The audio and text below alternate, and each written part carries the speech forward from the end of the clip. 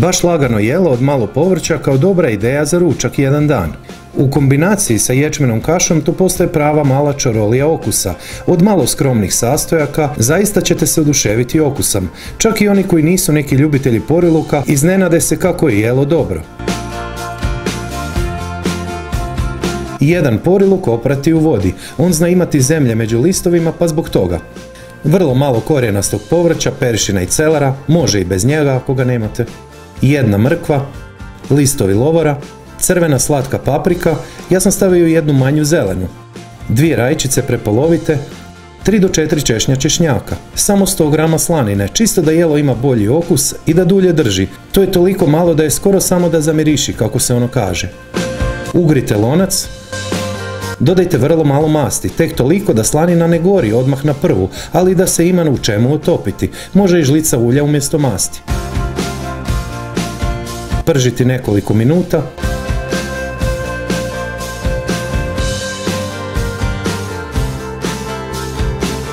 Dodati sve osim rajčica.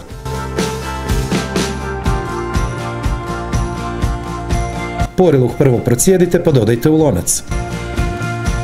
Pirjati, to je dinstati oko 7-8 minuta. Sada dodajte rajčice i zalite sa 2,5 litre tople vode.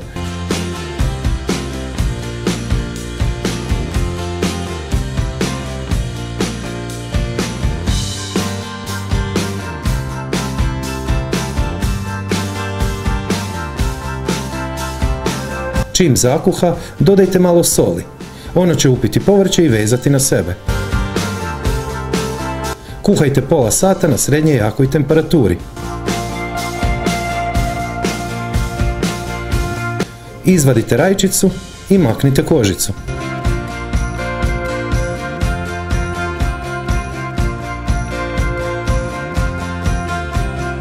Vratite slaninu u jelo. –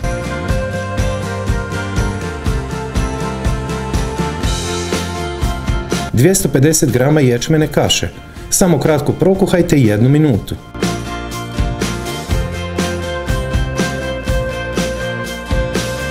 Ocijedite i dodajte u jelo.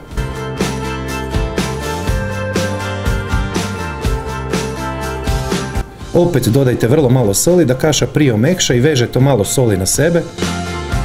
Nastavite kuhati 45 minuta. 7 grama slatke mljevene paprike. Kratko promiješajte 2 do 3 minute. Mala žličica vegete. Po potrebi dodajte vrlo malo vode, pa nastavite kuhati još oko 15-20 minuta.